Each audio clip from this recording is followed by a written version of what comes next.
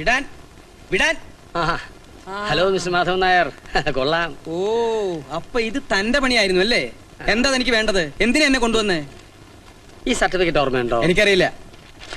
പെട്ടെന്ന് വിവാഹമോചനം നിങ്ങൾക്ക് കിട്ടാൻ വേണ്ടി കോടതിയിൽ നിങ്ങൾ ഹാജരാക്കിയ മെഡിക്കൽ സർട്ടിഫിക്കറ്റ് ആണിത്. ഒരു ഭർത്താവെന്ന നിലയിൽ നിങ്ങൾ പരിപൂർണ പരാജയമാണെന്ന് തെളിയിക്കുന്ന ഔദ്യോഗിക രേഖയാണ്. ഡോക്ടർ, ടെസ്റ്റ് തുടങ്ങാം. എന്ത് ടെസ്റ്റ്? ഒരു ചെറിയ ടെസ്റ്റ്, പൊട്ടൻസി ടെസ്റ്റ് എന്ന് പറയും. നിങ്ങൾ ഹാജരാക്കിയ രേഖ വ്യാജമാണോ എന്ന് ഇദ്ദേഹത്തിനോട് സംശയം. ഇപ്പൊ കഴിയും. നിങ്ങൾ ആ വസ്ത്രങ്ങൾ ഡോക്ടർ, അയാളെ പിടിക്കും. എന്റെ വക്കീലെ എനിക്കറിയില്ല. കക്ഷി കൊണ്ടുവന്നു, ഞാൻ ഹാജരാക്കി. That's all. Please believe me. Mister barrister, this is forgery of record. കോടതിയെ കബളിപ്പിക്കാൻ കൃത്രിമ രേഖകൾ ചമച്ചാൽ IPC സെക്ഷൻ 466 പ്രകാരം 7 വർഷം വരെ തടവും പിഴയും ലഭിക്കും. വക്കീലിന് ഭാഗ്യം ഉണ്ടെങ്കിൽ ഉണ്ടയും തിന്നാം. അല്ല, അതെനിക്കറിയാം. ഈ താമ്രപത്രം എഴുതിയ ഡോക്ടറെ കുറിച്ച് വല്ല വിവരമുണ്ടോ? അതൊരു തമിഴനാ, തിരുനെൽവേലിക്കാരൻ, അരുൾ ശെൽവൻ. ഏതോ ഒരു കറസ്പോണ്ടൻസ് കോഴ്സുകാരനാ. MBBS എവിടെയാ കറസ്പോണ്ടൻസ് കോഴ്സ്? അണ്ണാൻമലൈ. അണ്ണാമലയിൽ തന്നെ ഇരിക്കട്ടെ. എനിക്കൊരു കാര്യം അറിഞ്ഞാൽ മതി. ഈ mister Madhavan Nair actually important ആണോ? വെറുതെ സാറേ, ആളെ ചുറ്റിക്കാൻ. അയാൾക്കിപ്പോ പൊട്ടൻസിയുടെ ടെസ്റ്റ് വേണ്ടത് തലയ്ക്കാ. ഓർഗൻ ഏതാണെന്ന് ഞാൻ തീരുമാനിച്ചോളാം. അത് സാറിന് വിടുന്നു. ഇന്നിനി പൊട്ടൻസി ഉണ്ടെങ്കിൽ തന്നെ അന്നതില്ലായിരുന്നു. ഇപ്പോൾ തിരിച്ചു കിട്ടിയെന്ന് വാദിക്കാം. ഇതൊക്കെ വരാനും പോകാനും ഒരുപാട് നേരം വേണോ സാറേ? എന്തായാലും ആ തിരുനെൽവേലിക്കാരൻ ഡോക്ടർ കോടതി വരേണ്ടി വരും. വരുത്തണം. പിടിച്ച പിടിയാലേ ഡൈവോഴ്സ് കിട്ടാൻ അന്ന് അതേ മാർഗം ഉണ്ടായിരുന്നുള്ളൂ. അതെനിക്ക് മനസ്സിലായി. പക്ഷെ കോടതി അത് മനസ്സിലാക്കണം. അതിന് തെളിവാണ് പ്രധാനം. അതിനാണല്ലോ തലയ്ക്ക് വെളിവുള്ള എന്നെ സർക്കാർ ഈ പണി ഏൽപ്പിച്ചത്. തന്നെ ഏൽപ്പിച്ചില്ലല്ലോ. You can go.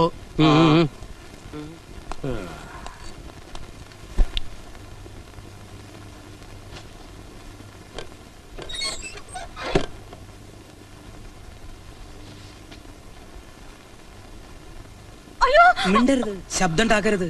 കയ്യിലെ കാശൊക്കെ തീർന്നു. നീ കുറച്ച് കാശെടുക്ക്.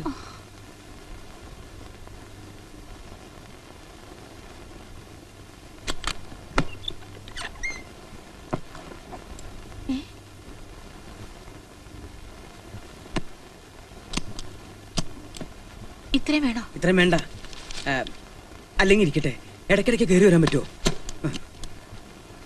ഇത്രയും പണം കൊണ്ട് നടന്നു പോണ്ട, അപകട. നീ പേടിക്കണ്ട.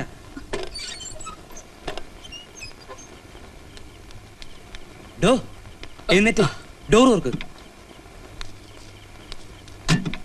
അല്ലെങ്കിൽ വേണ്ട, ഡിക്ക് ഓർക്ക്.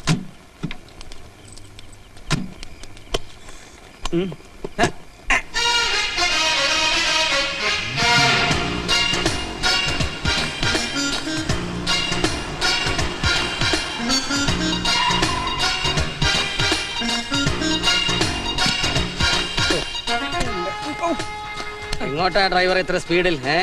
അപകടമാണ്. ഈ വണ്ടി ഒന്ന് സെർച്ച് ചെയ്യണം.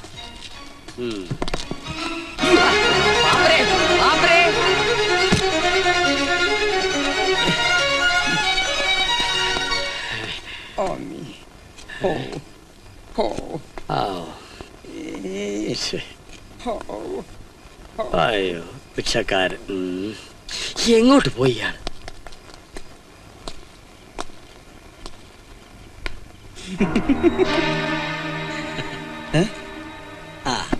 ഇത്രയും അധികം കാശ് അളിയ ഒറ്റയ്ക്ക് കൊണ്ടു കിടക്കുന്ന ആപത്താ.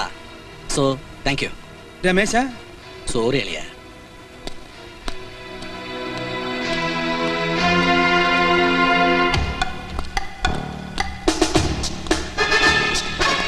പാപ്പരേ,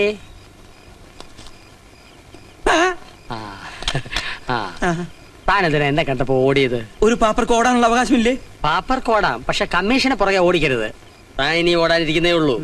ഡിക്കിയിലാണോ യാത്ര? അല്ല, സീറ്റിലാണ്. ശരി ശരി ശരി.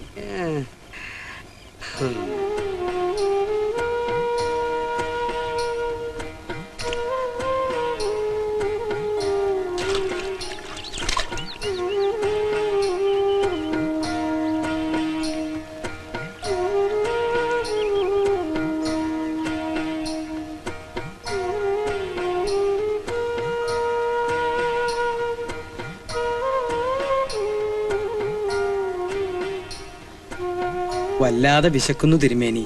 ലദ്യ എന്തെങ്കിലും? ആര് കഴിപ്പിക്കാനാ മാധവൻ നായരെ? ഭക്തി കാസറ്റിലും ഭഗവാൻ സൂട്ട് കേസിലുമായ കാലമല്ലേ. ഇതിനൊക്കെ ഇപ്പൊ ആർക്കാ നേരം? ഇന്നും മകളുടെ പിറന്നാളായിരുന്നു. അവരും വന്നില്ല.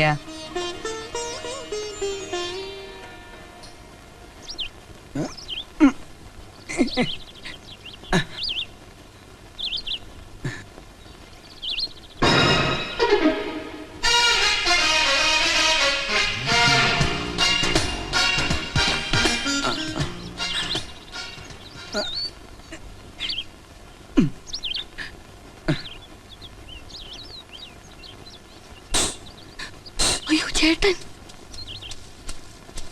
എന്താ? മോളുടെ പിറന്നാൾ ആഘോഷിച്ചു. രാത്രിയിലാക്കാന്ന് വെച്ചു. ചേട്ടന് വരാൻ വേണ്ടിയാ. രേണുമോക്ക് ഒരേ നിർബന്ധം, ചേട്ടൻ വന്നാലേ കേക്ക് മുറിക്കുള്ളൂ. പക്ഷെ സിംഹം അയാളെ പോവാൻ പറ. ഞാൻ അയാളെ ഒന്ന് നേരിടാൻ തന്നെ തീരുമാനിച്ചിരിക്കുക. വേണാണ് നിനക്ക് തോറും തലയിലെ കയറണം. അന്താളെ ഞാൻ വിടമാട്ടെ. അയാളെ കണ്ണു വെട്ടിച്ച ചേട്ടനെ ഇന്ന് രാത്രി ഞാൻ ഇവിടെ കൊണ്ടുവരും. കേക്ക് മുറിക്കും. പഴനിയാണ്ടവൻ തുണി അപ്പനീ മുരുക. ചേട്ടാ പോയോ?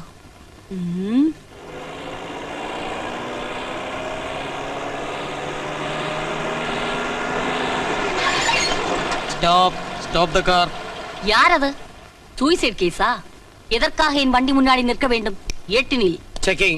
செக்கிங் ஆகுது, கிக்கிங் ஆகுது. என்ன பத்தி உங்களுக்கு சரியா தெரியாது. நான் வீரபாண்டிய കട്ടബൊമ്മൻ പരമ്പരയിലെ ചേർന്നവ. മലയാളം അറിയാമെങ്കിൽ പറഞ്ഞാൽ നന്ന്. എന്തിനെന്റെ വണ്ടി ചെക്ക് ചെയ്യണം? That's my duty. ഞാൻ ആരാണെന്ന് മനസ്സിലായല്ലോ. ആരാണെന്ന് മനസ്സിലായി. ഈ വീട്ടുവളപ്പിൽ എന്തിനാണ് കാവ നിൽക്കുന്നതെന്ന് മനസ്സിലായി. ആൾ ഇതിനകത്തില്ല. മുഖത്ത് രണ്ട് ഉണ്ട കണ്ണല്ലേ മിസ്റ്റർ ഇരിക്കുന്നത്. ഞാനും ഡ്രൈവർ വൈനകത്ത് ഉള്ളൂന്ന് കണ്ടുകൂടെ? ഡ്രൈവർ ഡിക്കി ഒന്ന് തുറന്നു കൊടുക്കൂ. സാറൊന്ന് പരിശോധിക്കട്ടെ. വളരെ സാവകാശം പരിശോധിച്ചാൽ മതി. എനിക്ക് ധൃതി ഒന്നുമില്ല. പ്രത്യേകിച്ച് വരെ പണിയൊന്നുമില്ലല്ലോ. കണ്ടില്ലേ, ആരുമില്ലല്ലോ. എന്താണ് മിസ്റ്റർ ഇതിനു വേണ്ടി നോക്കാം? അതിനകത്ത് ആരും മനസ്സിലായില്ലേ? ഉണ്ടോ ഇല്ലയോ എന്ന് എനിക്ക് ഉറപ്പ് വരുത്തണം. ഇനി പോവാലോ, സംശയം തീർന്നല്ലോ. Yes. ഒട്ടും പറഞ്ഞു കേട്ടോ. വിട്ടോ വിട്ടോ വിട്ടോ.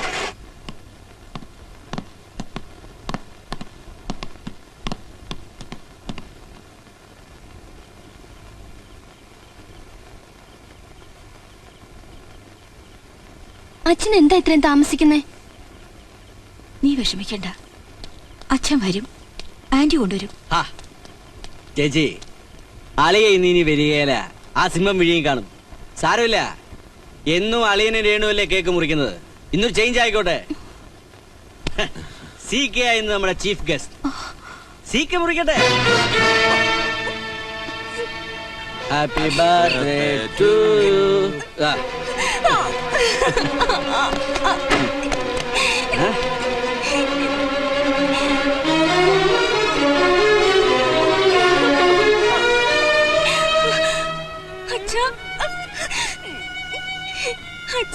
പതുക്കെ പറ, സിംഹം പുറത്തുണ്ട്.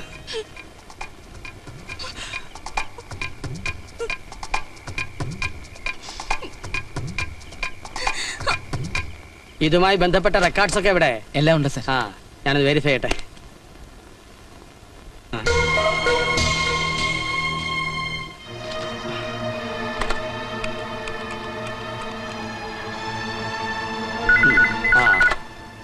സിംഹം സ്പീക്കിംഗ്. ഞാൻ ബാലേന്ദ്രനാണ് സാർ. ഏത് ബാലേന്ദ്രൻ? ജ്യോതിസിലെ മേനോന്റെ മകൻ. പാപ്പർ കേസുമായി ബന്ധപ്പെട്ട കക്ഷി ബാലേന്ദ്രനോ? അതെ സാർ. ആ, പറഞ്ഞോളൂ. ആ മാധവൻ നായർ കമ്പനിയിലോട്ട് പോയിട്ടുണ്ട്. ഇപ്പൊ ചെന്നാ കൈയോടെ പൊക്കാം.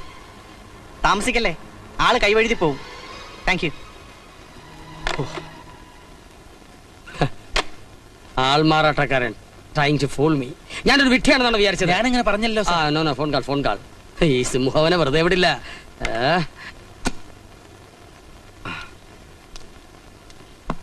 അളിയൻ കയറി വരുന്നത് ആരെങ്കിലും കണ്ടോ? അഥവാ കണ്ടാലും എനിക്ക് പ്രശ്നമില്ല. നീ ആ പണം അടക്ക്. ഏത് പണം? എന്റെ ബ്രീഫ് കേസിലുണ്ടായിരുന്നത്. അയ്യോ അളിയ, അത് ഞാൻ അപ്പോഴേ ബിസിനസ്സിലിട്ടു. അളിയ എത്ര കാലം ബിസിനസ് ചെയ്താളാ? ഇത്രയും പണം ആരെങ്കിലും വെച്ചോണ്ടിരിക്കുവോ? രമേശ, എന്റെ കയ്യിൽ ആഹാരത്തിന് പോലും പൈസ ഇല്ല. എന്റെ ക്ഷമയെ നീ പരീക്ഷിക്കരുത്. അളിയ, ഇവിടെ പൈസ ഇരിപ്പില്ല. ഇത്ര വിശ്വാസമില്ലാതായോ?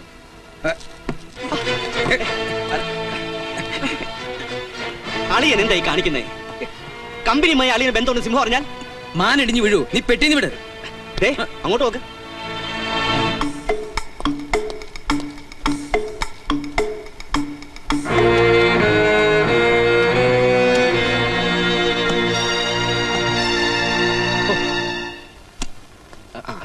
Good morning sir. ഇരിക്കണം. മിസ്റ്റർ മാധവൻ നായർ ഇങ്ങോട്ട് വന്നോ? ഇല്ലല്ലോ സാർ. എനിക്ക് മിസ്റ്റർ ബാലേന്ദ്രന്റെ ഫോൺ ഉണ്ടായിരുന്നു. സാറല്ലേ അവൻ പറയുന്നത് വിശ്വസിക്കൂ? കള്ള പാതാണിയാ. ആള് മോശമല്ല. ഞാൻ വിചാരിച്ചതിലും വലിയ ക്രിമിനൽ ആണ് നിങ്ങൾ മിമിക്രി പഠിച്ചിട്ടുണ്ടോ? ഇല്ല സാർ. നിങ്ങളുടെ അച്ഛൻ? ഇല്ല. അപ്പൊ ടെലിഫോണിൽ കൂടി ശബ്ദം മാറ്റാനുള്ള കഴിവ് നൈസർഗിക പ്രതിഭാവിലാസത്തിന്റെ ബഹിസ്ഫുരണമാണോ? എന്താണ് സാർ? പള്ളിയിൽ അച്ഛനെ കുമ്പസാരം പഠിപ്പിക്കരുത്. അഥവാ പഠിപ്പിച്ചാൽ കുമ്പസാരക്കുട്ടി തന്റെ ശവം മാത്രമേ ബാക്കി കാണുന്ന കലാകാരന് മനസ്സിലായോ? അധവർണ്ണനും അന്വേഷണ കമ്മീഷനും ഇടയിൽ തന്നെ പോലൊരു വിഷവൃക്ഷം വേരുപിടിച്ചാൽ അത് ഞാൻ മൂടോടെ മുറിച്ചു മാറ്റും. താമൃത മനപ്പായസം ഉണ്ണണ്ട.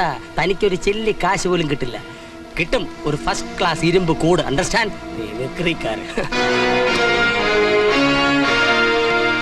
பஸ்ல உட்கார்ந்தா தூக்கம் வருது டாக்டர். தூங்க வேண்டியதானே. நான் தூங்கினா யார் பஸ்? ചേച്ചി, ഞാൻ ചേച്ചിക്ക് രേണുവിന് ഓരോ സാരി വാങ്ങി. സികെയുടെ സെലക്ഷനാ, കൊള്ളാവോ നോക്ക്. എന്തിനാ വാങ്ങിയേ? ഇതൊക്കെ കൊടുക്കാനുള്ള അവസ്ഥയാണോ ഇപ്പൊ? അന്ന് ഞാനിത്തിരി ഓവറായി. ചേച്ചി എന്നോട് ക്ഷമിക്കണം. പിന്നെ വേറൊരു കാര്യം.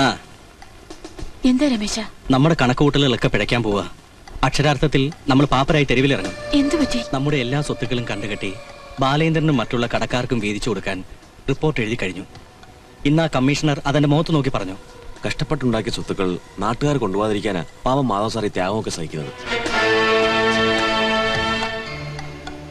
ചേച്ചി വിഷമിക്കണ്ട, നമ്മൾ ഇതിന്ന് ഊരും. അളിയൻ കളിച്ച കളി നമ്മൾ ഒന്നുകൂടെ കളിക്കും. അപ്പൊ പ്രതാപസിംഹത്തിന്റെ റിപ്പോർട്ട് ചീറ്റും. എന്താ നീ ഉദ്ദേശിച്ചത്? അല്ല, അളിയൻ എല്ലാ സ്വത്തുക്കളും ചേച്ചിയുടെ പേരിൽ ഇഷ്ടദാനം എഴുതി വെച്ചല്ലേ കടക്കാരിൽ നിന്ന് രക്ഷപ്പെട്ടത്. ഇനി ആ പ്രതാപസിംഹത്തിന്റെ വായിൽ നിന്ന് രക്ഷപ്പെടാൻ അതേ തന്ത്രം നമ്മൾ വീണ്ടും പുറത്തെടുക്കും. തൽക്കാലം എല്ലാ സ്വത്തുക്കളും ചേച്ചി എന്റെ പേർക്ക് എഴുതി വെക്കും. ഈ ഏടാകൂടത്തിൽ നിന്ന് രക്ഷപ്പെടുമ്പോൾ ഞാനത് അപ്പടി അങ്ങ് തിരിച്ചെഴുതി തരും. നാത്തൂനെ ഇവൻ പറയുന്ന വിശ്വസിക്കരുത്. ഈ കന്നാലി ചതിക്കാനാ പാഷാണം. ശബ്ദിക്കരുത്. കുറെ കാലമായി ഇവിടെ കിടന്ന് വിലസുന്നു. പറഞ്ഞു വിട്ടൂടെ നാശത്തിനെ? അത് ഞാൻ തീരുമാനിച്ചോളാം. എങ്കിൽ പറ, എപ്പോഴാ ഇഷ്ടദാനം എഴുതുന്നേ? രേണുവിന്റെ കല്യാണം കഴിയാതെ ഒരു എഴുത്തുമില്ല, ഇഷ്ടദാനവും ഇല്ല. ഇവളുടെ കല്യാണമാണ് പ്രശ്നമെങ്കിൽ അതിനൊരു മാർഗം ഞാൻ കണ്ടുവച്ചിട്ടുണ്ട്. കല്യാണം കഴിഞ്ഞ അടുത്ത നിമിഷം എഴുതണം. അയാൾ റിപ്പോർട്ട് കൊടുക്കും മുമ്പ്. പിന്നെ താമസിച്ച എന്റെ സ്വഭാവം മാറും. മാധവൻ നായരെ, മാധവൻ നായർക്കുന്നൊരു നല്ല ദിവസോ. തന്റെ പേരിൽ ആരോ നിവേദ്യം കഴിപ്പിച്ചിരിക്കുന്നു.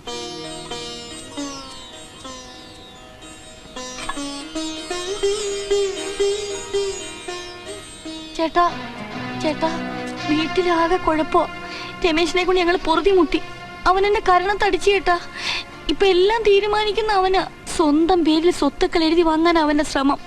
നാത്തൂനും രേണുമോളും ഒക്കെ ആകെ പേടിച്ചിരിക്കുക. ചേട്ടൻ എന്തെങ്കിലും ഉടനെ ചെയ്യണം. താമസിച്ചാൽ അവൻ എല്ലാരെയും കൊല്ലാൻ പോലും മടിക്കത്തില്ല. കല്യാണം നടന്നു കഴിഞ്ഞ് അവർ സ്വത്തുക്കൾ നിന്റെ പേരിൽ എഴുതിയില്ലെങ്കിൽ നീ എന്ത് ചെയ്യും?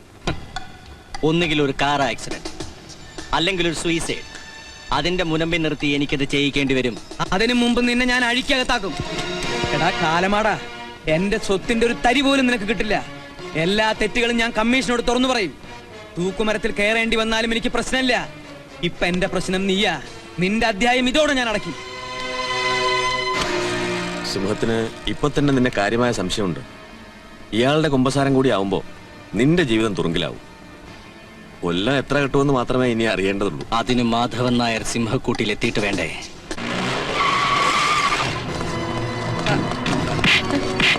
നിങ്ങളൊക്കെ ആരാ? അയ്യോ,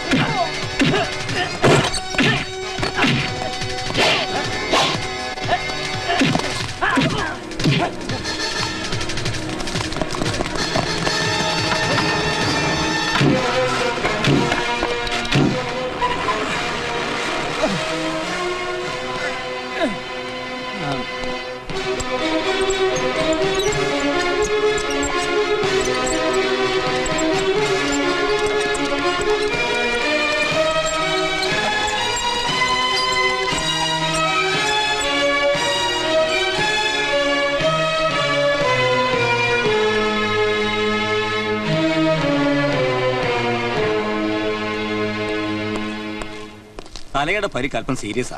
അർജന്റായ ഒരു ഓപ്പറേഷൻ വേണ്ടി വരും. ബ്ലഡ് വേണം, ഓ പോസിറ്റീവ്. ഞാൻ കൊടുക്കാം ഡോക്ടർ. എങ്കിൽ വേഗം വേണം. അതെ, നിനക്ക് ഇപ്പോഴും അയാളോട് സോഫ്റ്റ് കോർണർ. ഒരു സോഫ്റ്റ് കോർണറും ഇല്ല. കേസിന്റെ വിധി വരുന്നവരെ അയാൾ ജീവിച്ചിരിക്കേണ്ടത് നമ്മുടെ ആവശ്യമാണ്.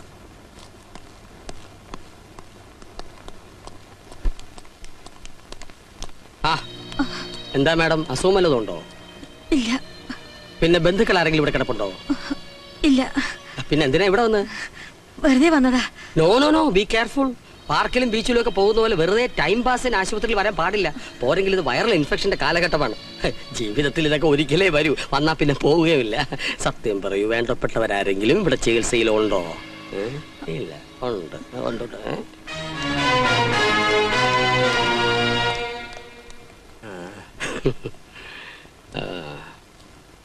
എപ്പോഴാ ഡിസ്ചാർജ് ചെയ്യുന്ന ആർക്കറിയാം. Okay, let